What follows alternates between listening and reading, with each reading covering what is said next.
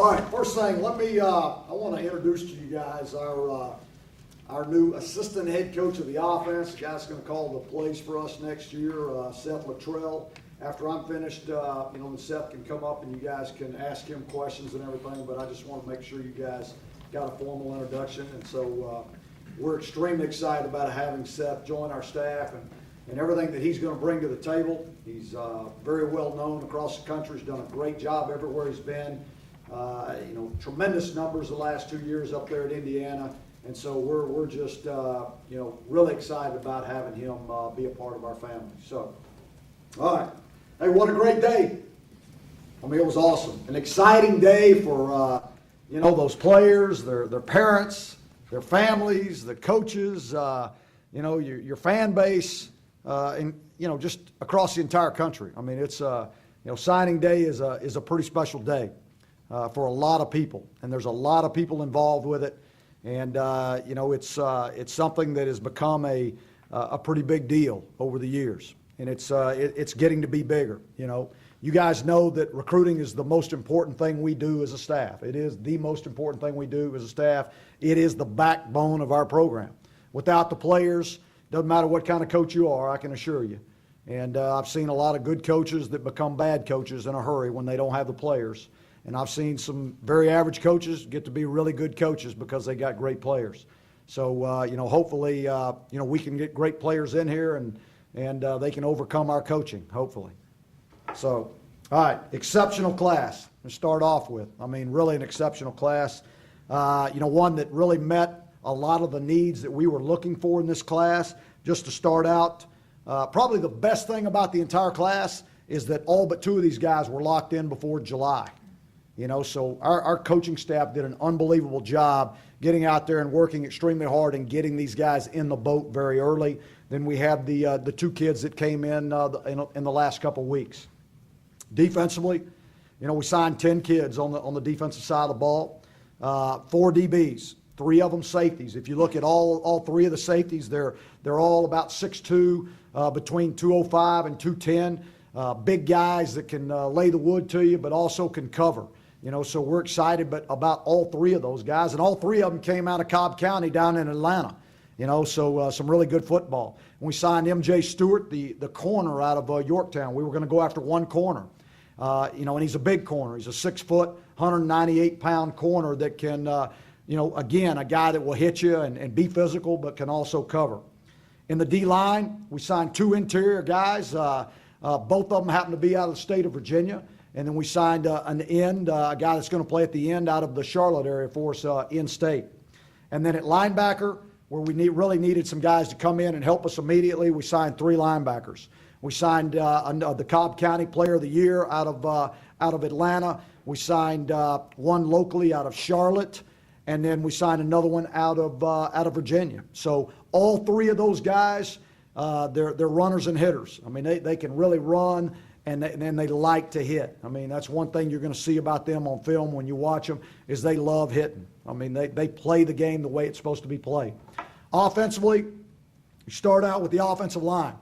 We signed 4 guys. We needed 2 guys on the edge, 2 guys with some length. Bentley Spain from Charlotte, who was by far the best offensive lineman in the state. And then we got Caleb Samuel out of Macon, Georgia. 2 guys that have great length on them, great arm length, are going to do a great job on the edge. And then 2 guys with some girth on the inside, in Josh Allen out of Florida and Jared Cohen, the last guy in the class out of Maryland. So 2 big guys inside that can play both center or guard. So we're excited about the help that we got there. At wide receiver, 3 guys. We got some height. We got some speed, and we got some great quickness and agility. I mean, I'll start just Austin Prohl was a kid that we jumped all the way in when he came to the Freak Show and was the most competitive guy on the field. You really got to see what was inside his chest. You know his dad. You know what his dad's done. The kid's a gym rat. I mean, he's always around football. He didn't come in on his official visit with the other guys because he had to go to Hawaii to go to the Pro Bowl. So I tried to trade places with him, but he wouldn't do it. But we're excited about having him. Devin Perry was the next to the last guy in the class out of MUS over in Memphis, a guy that was also at the Freak Show. In fact, all three of those guys were at the Freak Show, so we know what legitimate speed is on each one of them, and really excited what they're going to bring to the table. We signed 2 tight ends.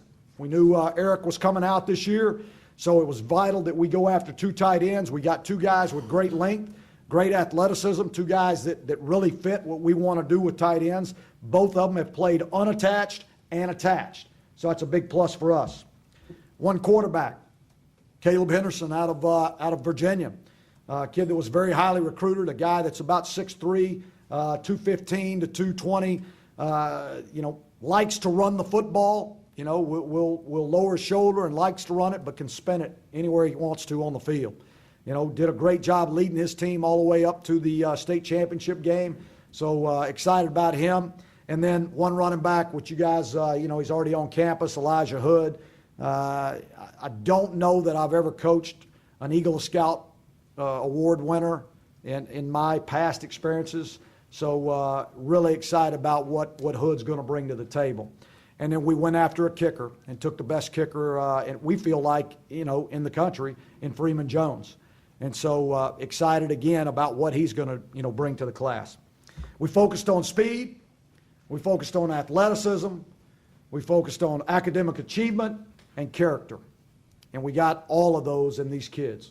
So, we've got 5 guys on campus enrolled right now with Spain, Hood, Fritz, MJ Stewart, and Alan Artis. So those guys are already here. They're in classes. They are working out with the team. Our existing players did a great job taking those guys under their wing. They're doing a great job. We're fixing to jump into Blue Dawn here in a couple weeks, and I think right now, they got them with their eyes are about that wide, waiting for that experience. We've continued to focus on the state of North Carolina. Okay. And we're making improvements in that area every single year and every day. Our coaches are doing a great job to continue to foster those relationships and establishing relationships all over the state. We signed 8 guys in the state. We feel like those 8 guys were the best at their position in the state of North Carolina, and we're going to continue to do that. So, got to thank all the Tar Heel fans out there for keeping the positive buzz going, and that makes it a whole lot easier for us.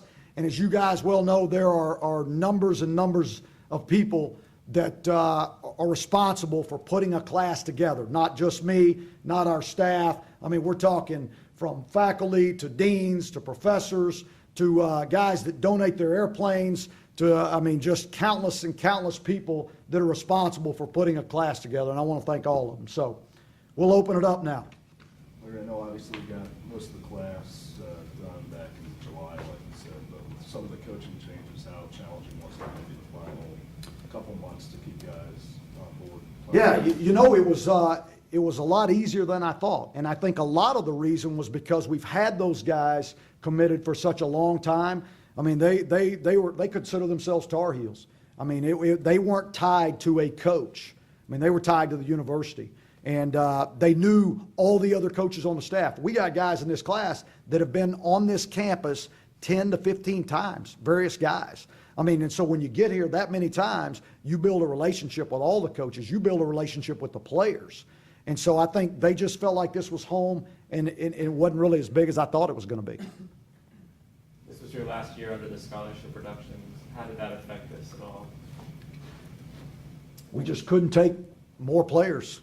And other schools benefited from that. So, that means your margin of error is smaller. You can't make mistakes because it's affecting us depth-wise on this football team, and that's always an issue. But, we're out of that now and into the 15 class. We won't have that problem.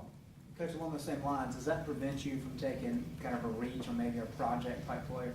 Oh, it always does. Makes it much more difficult because you can't really reach out there and extend yourself very far. I mean, you're trying to project some kids, but you have got to really be sure. I mean, because for every one you miss, that's going to hurt you double. Actually, is the way it works. Coach, you had the number one player in the state, Elijah Hood. How important was to hold off the SEC and just get the number one player to stay home in North Carolina? That's always important. The first time I stepped up here, I told you we were going to focus on the state of North Carolina, and we wanted to keep the best players in the state at home. And I think, you got like him, you got Bentley Spain. I mean, guys like that, those 8 guys from the state are actually seeing what's happening here in Chapel Hill. They see the future. They understand what we're preaching. I mean, and they're seeing it on the field. And so I think they're getting excited about what's fixing to happen here. And anytime that happens, then, that's a good thing. How about Hood in particular? Could you talk about him? Yeah, I mean, again, you go back to a guy, he's 5'11", he's 220 pounds. He runs 4.5 or below. He's a selfless kid. I'm gonna be honest with you. I was sitting there at the table with his mom and dad and him and Coach Brewer, and he's gonna enroll early. He's getting ready to play for the in the semifinals, I believe it was. He was finishing his Eagle Scout Award project, which was to renovate their church parking lot. He was getting ready to leave to go to the Shrine Bowl. He was then going to come back and then go to the U.S. Army Bowl, and then he was going to come immediately back from that and enroll at Chapel Hill. And Brewer had a notebook that was about that thick and was going through the list of everything that had to be done. And I'm sitting at the table, and I'm thinking to myself, wow, this is overwhelming for a kid. I mean, he's got all this stuff happening to him. And I'm thinking, wow, this, and he's just sitting there very calmly going, okay, I've done that, I've done this, I've done that, I've done that. And his mom's like looking around going, when did you do that? And he was like, oh, I do this at night, I do that. I mean, and he was just running down this checklist of all the things he's done. He was calm and collected, and you talk to anybody, whether it's a counselor, whether it was anybody at the school, they tell you that he's at his best when he's got about 8 million things going on. So we're excited about it. For him, obviously, he was committed to Notre Dame for a while. What was the key, do you think, in your opinion, of kind of switching that and getting him on board? Well, I think part of it, I think a big part of it was Gunnar Brewer did a great job staying on him, and I think when he realized that, I don't have to go all the way across the country to reach all of my dreams and goals and find the thing that I'm looking for. I think that was big, and to be able to do it close to his family. I mean, he's very family oriented, and I think that was very important in him making a switch. With the offensive line, a position of need, how does the Russell Bodine decision change this? Did you have enough of a heads up that he may potentially leave? No, I didn't. No, I would. Did you have to scramble at the end? Well, I mean, that's why we decided to go after Jared Cohen. That was the reason we had to go after another offensive lineman. So no, I was not. I was very surprised, and so we had to change kind of in the middle of stream, and go after another offensive lineman, which makes it tough at that time of the year. Coach, 2/3 of these players are from Virginia, Georgia, or Charlotte. How did it work out? Those were kind of the hubs for this class. We just we identify the players wherever they are. We don't really care where they are, and if we feel like they can help us win a championship, then we're going to go after them. And it just so happened that I think some of those guys committed early in that Charlotte area, and they started working each other. They knew each other, and they started talking to each other, and they started doing a good job of recruiting each other. That's one thing. When you get into a recruiting class, and you're part of that class, you want to have as good of players around you. You don't necessarily want to be the only player that's a good player that you come in with. So you want to surround yourself with great players. That's the only way you're going to be successful. And so those guys did a good job. When they knew who we were going after, they went after them also. Coach, the ACC had a few big wins this postseason. How do you see the conference shaping up in relation with other conferences, and where's UNC fit into that? Well, I said at the beginning of the year, I think the conference is stronger now than it's ever been. And I mean, we obviously, the conference won a national championship, so it's pretty strong. I mean, but you go from top to bottom, I think it's getting stronger every year. There's a lot of great coaches in this league, a lot of great coaches, and there's a lot of great players. I think it's the first time ever in the ACC that we swept every major award, is that right? Every major award was won by an ACC player. So that says a lot about this league and where we're at. Where are we? We're not where we want to be yet. We want to be on top. but we're making progress. We're climbing, we're getting there, and we're moving pretty fast. Coach, can you talk about the recruiting footprint and kind of the extra emphasis you're placing down in Georgia? Yeah, I mean, we're going to, we start down, I mean, as far south as you go. We don't go any further south than Florida, but we go Florida and on up the eastern seaboard, all the way up into New Jersey and all that area, and we don't get very far west. I mean, there's a few positions. We'll go anywhere in the country for a quarterback, and we got to find the right one. But there's so many players in our footprint, that, it just so happened that in that Atlanta area, that there were some really good football players that understood the value of a world-class education and playing football at the highest level. In what ways does this class reflect the fact that this is your second full recruiting class, and you could get on these guys when they were sophomores, and I'll point to Robert Dinkins in particular as a guy that was very, very early in the ball game. Yeah, no doubt. I mean, and so this one, you could say we were able to recruit these kids actually for 2 years. I mean, other than the last few that we got on late, but a lot of these guys we were able to recruit for a good full 2 years, and that's. I mean, now you're talking about establishing relationships. Now you not only know Robert Dinkins, you know his mom, you know his dad, you know everybody in the family, you know everybody that's important to him, you know everybody at the school that's important to him, and so that just and then he knows us. I mean, because he's been on this campus so many times, he knows every flaw that I have because he's been around me. There's no way I can put on a show for him every time he's on this campus. So he's been here so many times. He knows Coach Fedora inside and out. He knows I'm a whole lot nicer when I'm sitting on the couch talking to him than when I am on the football field. And so, that's a good thing. The fact that you've got this class locked up pretty early, did that allow the staff and you to focus more on 2015? Have you been able to invest more time in that area because you had these other guys sort of?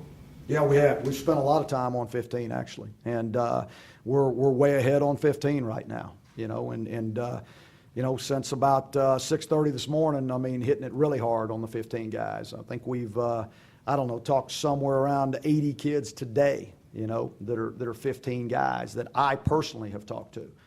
So I have done a lot of talking today, and I'm tired of talking actually. Coach, when you look at these linebackers, Now, that didn't stop y'all, I see. and even defensive backs, do you see any of these guys particularly fitting into the Ram or the Bandit positions that you have? Well, the three guys, the three safeties, I'll be honest with you, they those guys are interchangeable. They could play any one of them. And, we've told all three of them to come in here and expect to contribute right away. And there's not a guy on this team that we said, hey, in this class, so these 22, we said, hey, come in, expect a red shirt. We haven't said that to a single kid. You better come in here with an attitude that you're gonna earn a position from the day you step on campus. So to do that, you better be in the best shape of your life when you get here. If not, you're gonna just be trying to survive, and then you can't be the player that we need you to be. So you got to be in great shape, and hopefully each one of these kids will do that so that they can compete for jobs. And we are going to expect a bunch of these guys to step in and play for us. So we've got 2 more spots on the coaching staff. Can you update us on the status of those searches? I can. I filled both spots. Who are they? I'm not telling you. No reason, just to bother y'all. I'm serious. Do you have an update on Travis Hughes at the status of the team? Well, Travis has been suspended from the football team and is still suspended until everything runs its course. And then once everything runs its course, then I will make a decision on what we're going to do. At center, have there any current players been looked at, maybe like Devontae Brown even, or somebody like that, just coming over during the spring? Devontae Brown hasn't, no, but we have actually every offensive lineman other than our real long guys have all taken reps at center and are working on it. So yeah, Cap's been working on that since the day it happened. I mean, he'll have it under control. So, but yeah, all the guards, every one of the guards, including Landon Turner, have taken snaps and are working at the position. So, and that's so important for you as an offense. I mean, really, you want tackles that can roll to either side, and you want guards and centers that can play anywhere. Just like Bodine played guard this year for us, Lucas Crowley stepped up and played the center. We want those guys to be multi-talented. We want them to be able to do more than one thing, and when they can, you get better as an offense because now you can always have your best 5 out there. Two tight ends are similar in ways to Braun in that they could almost be wide receivers. You just sort of describe them and how they may be able to step in right away and kind of fill that void. Yeah, both of them are 6'4". They're both, I think one's 230, one's 228, I think was today. They both have played wide out in their offenses, and they both attached at times. So they're probably, if anywhere, they're probably going to be a little bit behind at attaching and being more physical at the point of attack, which is where we'll spend our time with them. Being a receiver, being detached, running routes on safeties, backers, that's what they've done. So they're going to be comfortable doing that. They're very athletic. They got great hands. We've had both of them in camp. We got to spend time with them. So, we're going to expect these guys to come in and help us this year. Coach, do you expect Freeman to be your kicker next year? I don't know. We're gonna, I told him to come in and expect to win the job. So he's going to have to come in, compete like everybody else. And the guy that wins it will be the guy. The D lineman like a Tyler Powell or Jeremiah Clark, do you kind of have a role for them coming in, or do you just say get them here and we'll figure out where they play? Well, I mean, we're right now, Jeremiah's a kid that's 6'5". He's 280 pounds right now. He's got some length to him, so he can, he can play on the edge, but he can also play at the, he's probably going to start out at the 3 technique. Tyler Powell's about 6'3". He's about 265 right now. He's probably going to put on another probably 30 pounds here, and then probably in a year, he'll probably start out at a 3. I doubt he will go into the shade. So and then you got Dink. Dink will start out at the end spot because he's 260 pounds right now also. So but a lot of it's going to depend on how they develop. Which is the one that's going to get the biggest.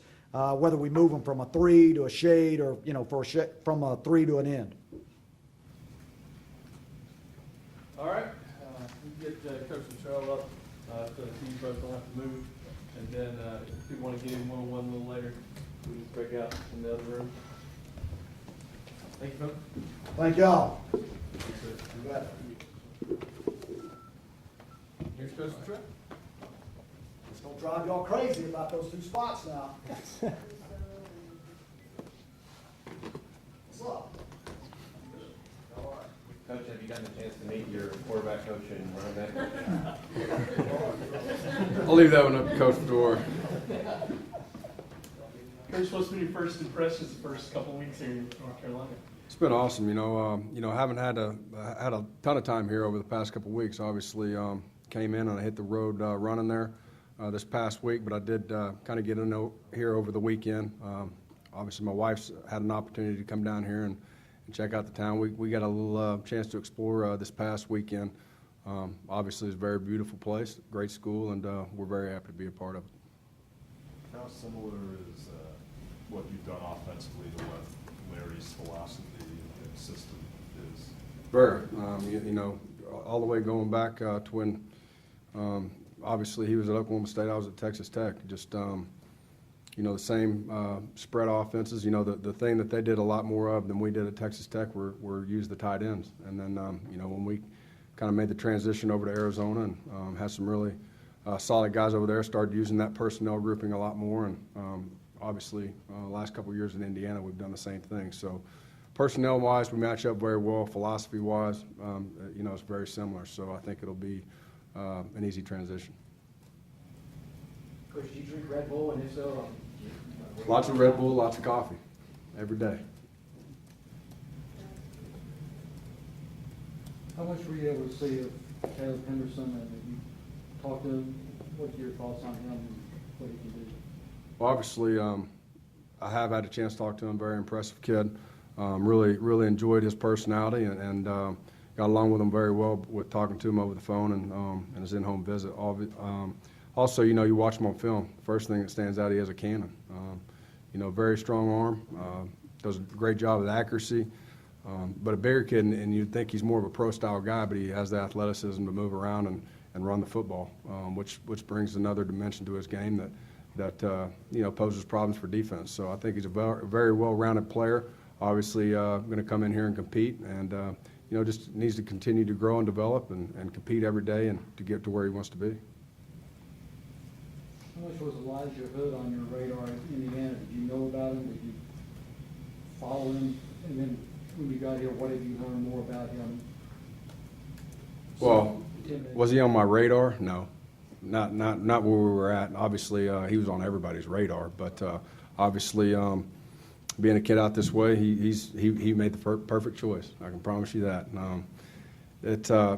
Great guy. I've had a chance to sit down and talk with him once I got in here this week. We have had some conversations. Very impressive kid. Obviously very talented, and the film speaks for itself. So very excited to have the opportunity to work with him, and along with a lot of all the other guys. I mean, I think it's an impressive group, a great class, and for what I've seen on film here, I've watched every game film from the past couple seasons. So there's a lot of talent around here, and we're going to continue to improve and get better each and every day. And I'm excited about the group. Coach, one of the guys did hit the field last year was quarterback Mitch Trubisky. I know at Indiana you probably tried to recruit him out of Ohio. Just your thoughts on him, and is he a guy that could get some playing time this year possibly? Each and every day, you're gonna compete every day you go out on the field, and obviously you heard Coach Fedora, the best guy's gonna end up playing. And I don't have favorites. I don't care if you're a freshman, if you're a senior. Each and every day you go out on the practice field, you prove yourself, and if he's the best guy, he'll start. And that's kind of how it works in football. But obviously, I have had a chance to talk with him, and very impressive kid. Really enjoyed our conversation. I do remember him coming out in high school, and we were looking on him. He was on our radar. So again, I know what he brings to the table, and I'm very excited to get a chance to work with him. With some of the players that are still sticking around, is there anybody that really stands out as a kid you can't wait to get out there and work with? All of them. All of them. I mean, honestly, I can't sit here and tell you I know every single kid inside and out. Again, watching the tape and, just the guys that I've met here the past couple of days who have been up and around the office, just being in the office here a couple of days when they've been in a working environment. So I got a lot of names to memorize and remember. And, the biggest thing is going out and building relationships. I think that's what this is all about. It's about building relationships, going out there and competing with these guys and building a family, and that's what it needs to be each and every day. What were some of the things that attracted you to the job at UNC? Well, obviously, I think even growing up in Oklahoma, pretty far away, everybody knows about the brand of North Carolina, and it's a great education. You can recruit the best athletes in the country, and to be honest with you, one of the best places to live in the country. So. It has a lot to offer for a person like me, and also knowing this coaching staff and Coach Fedora and the things that he's done as an offensive coordinator and a head coach, and the successes he's had, just all the way around the people here. And it was a great opportunity for me, and me and my wife decided to be the best fit for us. Working for a head coach who comes from an offensive side of the ball and has an offensive perspective, how much do you believe you'll have an input into the playbook instead of just calling plays? Do you see it more as a collaboration, bringing some of your own background to what UNC will be doing? Well, we've sit down and we're going to talk as a staff and also offensive staff, and obviously with Coach Fedora, and we'll sit down and do the best thing that fits our players. I think each and every year you have to evolve as an offense. You have to evolve as a team. We're always looking to be better, and whether it's implementing new things or getting better at the things that you have, what fits your players the best. And we'll sit down and talk about that a little bit more over the next couple of weeks. We've got a couple more hires, obviously, guys that are coming in that we're very excited about that. And, we'll sit down and figure it out as a staff. We're going to do everything as an offensive staff and as a unit. And that's how it's always been everywhere I've been, and that's not going to change here. You said you need to evolve each year. What does North Carolina need to do to evolve from last year? We'll find out. Well, again, we have to sit down as an offensive staff, and we got to study the cut-ups and figure out what the true strengths and weaknesses were last season. Maybe it was some plays, maybe it was for the success we've had, maybe putting guys in the right position, maybe at times they were in the wrong position, and it comes to coaches and players alike. We're all in this thing together, and, again, sometimes those players bail you out of a lot of things, and then sometimes you call the perfect play and they just don't make a play. And at the end of the day, you have to, really study yourselves after the end of the season, and then try to come together as a staff and figure out what's the best for our team. And trust me, the next couple of weeks we'll be grinding that out for spring ball. Coach, transitioning from the Big Ten to the ACC, what are some of the differences, first things that kind of maybe jump out to you with those conferences? To be honest, nothing really jumps out at me. I think when it's all said and done anymore, with as many offensive, types that we run here in the spread offense, it's kind of every conference has them. Obviously they're way more multiple in defense these days because of where the offenses have gone with the tempo and being very multiple in offense. I think it forces the defense to have to adjust a lot. So it's changed really, and it's changed over the past 2, 3, 4, 5 years, and it continues to. So every conference is dealing with the same things, obviously. So again, it's really about going out and making sure your team's the best they can be, and going out and competing. What did Kevin Wilson tell you about UNC? Did you have any conversations with him about North Carolina? Yeah, and obviously Coach Wilson, unbelievable head coach and a great friend of mine. I have a lot of respect for him and the things that he taught me over the last couple of years. I've learned a ton of football under a guy like that, and really respected and enjoyed the time I was with him. And obviously this is his alma mater, and he loves it. And he had an unbelievable time here, and obviously it's a great place. So I've heard a lot of great things.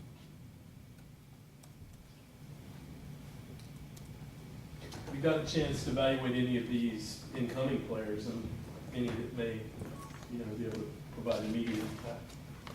Yeah, I've seen the offensive guys on tape. Obviously, we, as you're going through it and as you're coming in, you're always going to look on that side of the ball and see what they have. And I'm very excited about the group. There's a lot of very talented players coming in, guys that are going to be highly competitive, great student athletes, and more than anything, I think Coach said it best. I mean, we're looking for guys with great characters, and I think all those guys fit that bill, and I'm excited to get an opportunity to work with all of them. I really am.